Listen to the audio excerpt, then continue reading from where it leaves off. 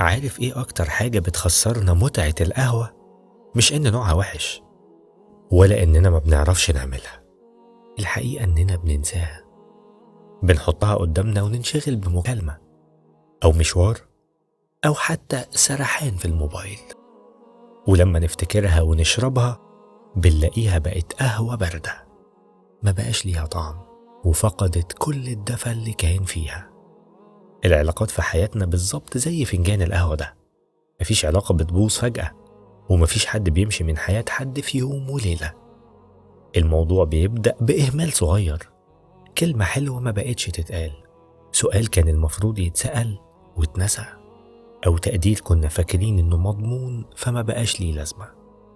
إحنا بنغلط لما نفتكر إن الناس اللي بيحبونا هيفضلوا بنفس اللهفة ومهتمين للأبد من غير ما نغذي الحب ده.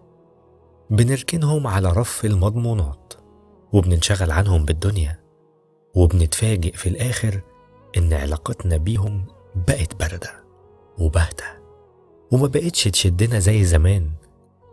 الحب مش بس شعور، الحب ممارسة واهتمام يومي.